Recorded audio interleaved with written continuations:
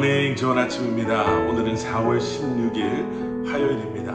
오늘도 말씀 앞에 나오신 여러분들을 주님의 이름으로 축복하고 또 환영합니다. 오늘도 말씀과 함께 시작되는 여러분들의 삶 가운데 허락하시는 하나님의 은혜와 평강이 함께 하기를 기도하겠습니다. 오늘도 말씀이 여러분들의 삶 가운데 온전히 세워지고 또 여러분들의 삶은 온전한 예배로 하나님께 드려지는 그러한 하루가 되기를 저도 함께 기도하겠습니다.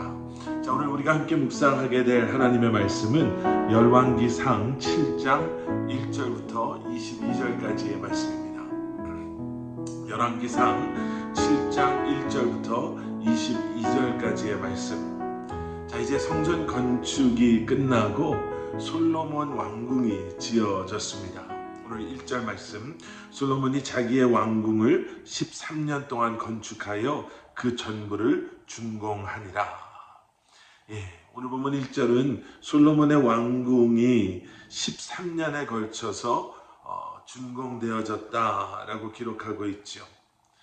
그리고 계속되어지는 솔로몬 왕궁에 대한 설명을 오늘 본문 말씀 속에서 우리가 함께 읽다 보면 솔로몬의 왕궁이 얼마나 화려했는가 또 얼마나 웅장했는가를 저희들이 한번 상상해 볼 수가 있습니다.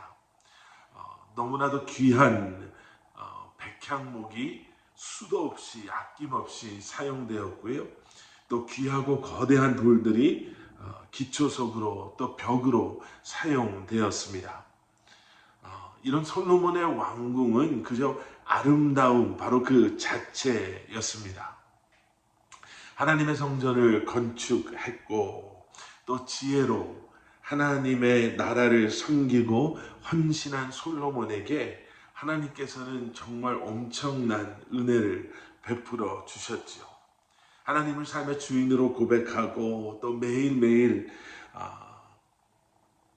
하나님을 바라보면서 또 주님과 동행하면서 하나님의 기쁨이 되기 위해 살아가는 그러한 우리들에게 허락하시는 하나님의 은혜와 축복이 있음을 보여주는 말씀입니다. 여러분, 여기서 저희가 그래도 주의해야 될 것, 또 짚고 넘어가야 될 것이 있죠. 아무리 강조해도 또 강조해야 되는, 여러분, 이렇게 해야 축복받습니다가 아닙니다.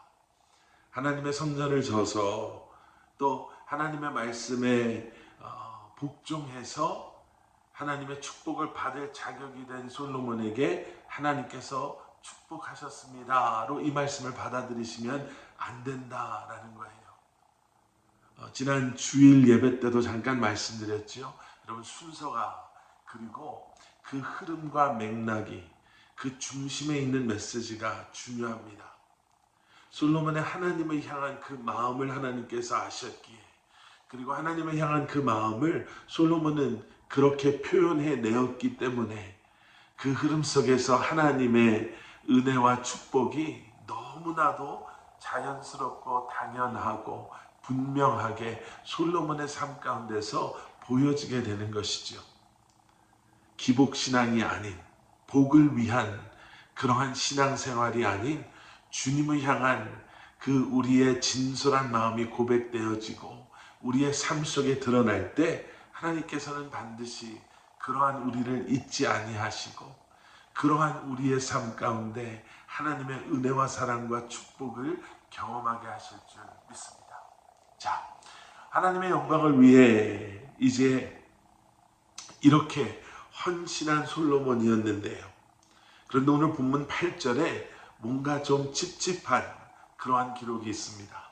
8절 말씀, 솔로몬이 거처할 왕궁은 그 주랑 뒤 다른 뜰에 있으니 그 양식이 동일하며 솔로몬이 또 그가 장가든 바로의 딸을 위하여 집을 지었는데 이 주랑과 같더라. 솔로몬이 자신의 아내죠, 애굽의 바로의 딸을 위해 집을 짓습니다. 그런데 오늘 말씀을 보시면 솔로몬 왕궁과 버금가는 그 화려하고 웅장한 집을 져주는 거예요. 여러분, 한번 생각해 보세요. 이스라엘 백성들은 건축에 익숙하지 않은 사람들이었습니다. 이미 우리가 묵상한 말씀 속에서도 한번 말씀드렸었죠. 이스라엘 사람들은 양이나 염소를 치는 목자들이었기 때문에 건축에 익숙한 사람들이 아니었어요.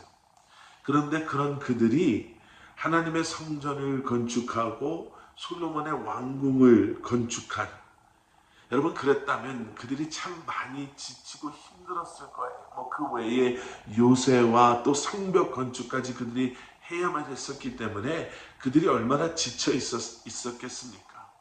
그런데 그 뒤에 솔로몬은 자신의 그 이방 아내 바로의 딸을 위해 집을 또 짓게 합니다.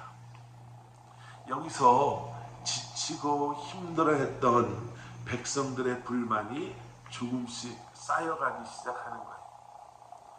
우리가 나중에 보게 되지만 결국에는 어떻게 보면 바로의 딸을 아내로 데려온 솔로몬의 그 영적인 안목이 서서히 희미해지기 시작하면서 너무나도 아름답게 시작됐던 솔로몬의 왕으로서의 모습이 조금씩 이제 희미해지기 시작하는 것을 저희가 보게 되죠. 그러면서 결국에는 나중에 이스라엘이 분열되는 여러 가지 이유 가운데 하나가 바로 이러한 백성들의 불만이 되게 됩니다. 하나님을 위한 또 하나님의 기쁨이 되기를 소원하는 그 삶, 또 하나님께 온전히 드려지는, 그리고 하나님과 동행하는 삶을 살아가는 우리의 삶이, 여러분 이렇게 어떻게 보면 아무것도 아닌 것 같은 타협과 영적인 무지와 무뎌짐에서 시작되는 것을 우리는 보게 됩니다. 여러분 혹시라도 우리의 영적인 눈을 어둡게 하는 요소들이 우리 안에 있지 않습니까? 작은 것이라 하더라도 여러분 그런 것에 우리가 무뎌질 때에, 우리가 결단함으로 그런 것들을 제거하지 못하고 살아갈 때에, 우리가 깨어있지 못하게 될 때에, 여러분 그러한 것들이 우리로 하여금 하나님께서 기뻐하시는 삶의 자리로 나아가는 것을 막게 되는 것을 기억하시고, 오늘도 그러한 것들을 끊어내시고 성령님의 도우심으로 그러한 것들을 씻어내시고 온전한 마음으로 주님 앞에 나아가시는 여러분들 되시기를 주님의 이름으로 간절히 축원합니다. 함께 기도하시겠습니다. 사랑의 아버지 하나님, 오늘도 우리에게 새날 주신 것 감사합니다.